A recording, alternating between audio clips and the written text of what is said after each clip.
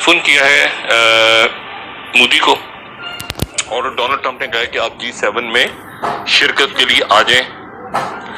اچھا، اب اس میں ایک تو یہ بڑی خبر ہوئی ہے، پہلے چھوٹی خبروں سے نکل جاتے ہیں، اس کے بعد پھر آگے آتے ہیں۔ اس کے بعد وہ جو G7 میں اس نے بلایا، ٹرمپ نے ساتھ ہی فون کر کے یہ کہا مودی صاحب کو کہ G7 کی کانفرنس ہو رہی ہے، اس میں آپ تشریف لے آئیں۔ اچھا، تو اس میں تشریف وہ اس سے پہلے کہ وہ لے کر آتے، ہندوستان NDTV نے خبر لگا دی ڈوم ٹو فیل کہ یہ جو پلان ہے پورا کا پورا یہ فیل ہو جائے گا، اس کی کوئی تک نہیں ہے، یہ فیل ہونے جا رہا ہے یہ پورا کا پورا پلان۔ اچھا،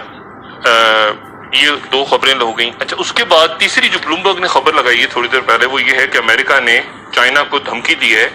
کہ وہ چائنا کی ایئر لائنز کو روکے گا اگر ان کو فلائی کرنے کی اجازت دی گئی۔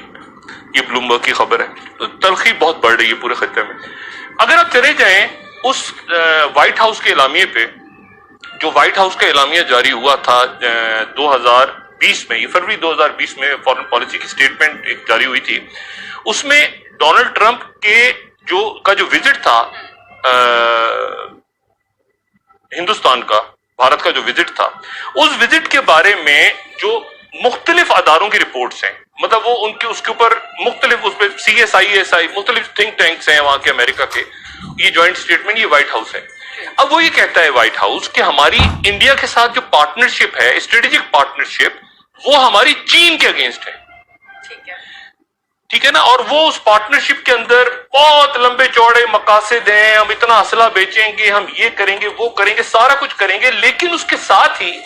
جو تھنک ٹینکس ہیں وہ متنبع کر رہے ہیں کہ انڈیا اس قابل نہیں ہوگا، وہ باقاعدہ بتا رہے ہیں کہ یہ ریئلسٹک، یہ آپ دیکھیں ان کے جو یہ بڑا امپورٹنٹ تھنک ٹینک ہے نیشنل سیکورٹی کا، سینٹر فار نیشنل سیکورٹی، وہ کہہ رہے ہیں کہ یہ جو تھنک ٹینکس ہیں یہ بڑے رسکی ہیں، اس میں بڑا رسک ہے، ریفارمنگ دا اسٹریٹجک پیک، اس میں رسک ہے، آگے جا کے آپ کا کام نہیں چلے گا، انڈیا ڈیلیور نہیں کر پائے گا، رسک آف اسٹریٹجک فیلئر۔ وہ ساتھ ہی تھنک ٹینکس بتا رہے ہیں کہ آپ اتنا زیادہ نہ جائیں، انڈیا تیار نہیں ہے اس کے لیے، اس پوری رپورٹ کی یہاں پہ ریفرنسز موجود ہیں۔ ٹرمپ آگے بڑھتا گیا، مودی آگے بڑھتا گیا۔ میں صرف یہ کہہ رہا ہوں کہ تلخی بڑھ رہی ہے چائنا کی اور امریکہ کی، اور دنیا جو ہے وہ دو پولز میں اس وقت، اور ایک سر جنگ جو ہے وہ تلخی کی طرف بڑھ سکتی ہے، کیونکہ اس کی وجہ یہ ہے کہ جو یہ انڈو پیسیفک کمانڈ اور فوجیں اور ہانگ کانگ اور یہ سارا، یہ ایک بہت جو ہے یہ تلخ معاملہ ہو رہا ہے۔ لداخ کے اوپر جو ہے وہ آگے آ گئی یہ فوج، ٹرمپ نے بیچ میں میڈیشن کی کوشش کی، چائنا نے کہا کہ ہم نہیں کرنا چاہ رہے، سوڈان سے لے کے چائنا جو ہے وہ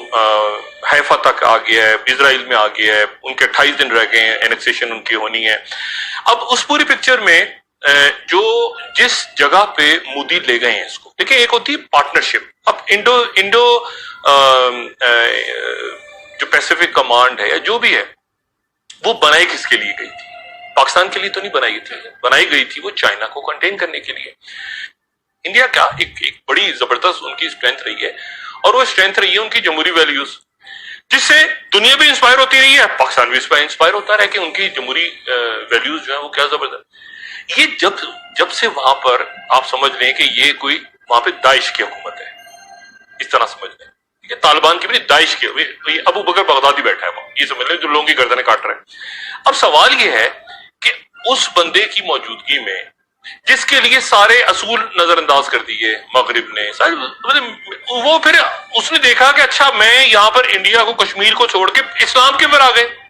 اسلامو فوبیا پھیلانا شروع کیا، چھوڑ دیں گے، مالدیپ نے کیا کیا، UN میں اس کو چھوڑ دیں، یہ جب طبیعت صاف ہونی شروع ہوگی نا، انڈیا ہمیشہ اپنے آپشنز کو لے رہا تھا، سارے ٹوکرے لا کے ڈال دیے مودی نے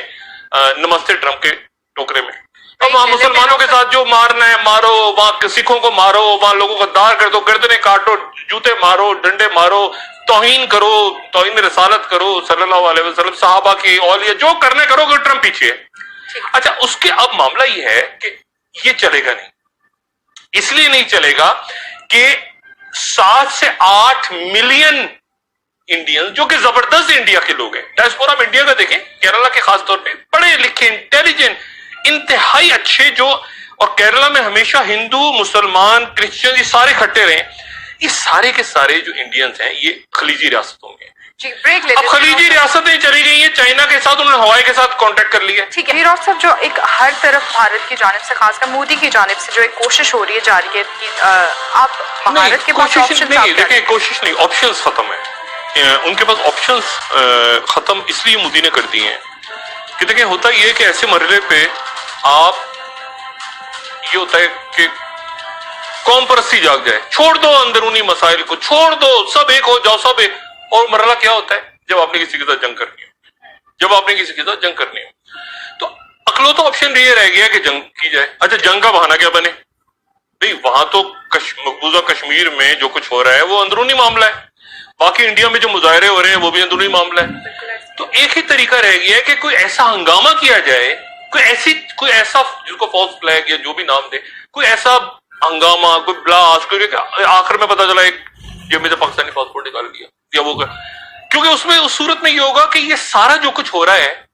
بھارت کے اندر, آوازیں کھڑی ہو رہی ہیں نا, لوگ بیٹھے ہوئے ہیں سڑکوں کے اوپر, اور یہ لوگ سال ہو جائے گا کرفیو لگے ہوئے جو کشمیر ہے, اور باقی جو دوہری شہریت کا بل آیا یہ باقی, تو اس پورے ہنگامے کو کہ چھوڑ دو, اس وقت لڑائی ہو گئی, یہ جنگ, حالت جنگ ہے, ایمرجنسی, اور قانون ختم کر دیں, دائیں بائیں آگے پیچھے. وہ صرف یہی راستہ بنتا ہے کہ وہ جنگ چھیڑ کے اور لیکن جنگ چھیڑی کیسے جائے, تو اس کے لیے پھر فالس فلیگ یہ کہ اپنے اندر ہی کوئی ہنگامہ کر کے پاکستان میں ڈال دے, اور جیب سے پاکستانی پاسپورٹ نکال لیں, جیب سے پاکستانی شناختی کارڈ برآمد ہوا ہے, اور یہ دیکھیں یہاں پہ گھسے ہوئے تھے. یہ تو بات یہ ہے کہ اس لیے یا تو یہ اپنی پالیسی کو ٹھیک کرے گا انڈیا, اور اس کے لیے مودی اوپر نیچے جو بھی کرنے کرے. دیکھیں حالات یہ ہیں کہ اس وقت کوئی بھی مشرق وسطیٰ کی ریاست یا کوئی عرب ملک یا کوئی یورپ کا ملک یہ برداشت نہیں کر پائے گا کہ ان کے اندر ہیجان ختم ہو جائے, ہیجان پیدا ہو جائے, نئی تحریکیں جنم لے لیں,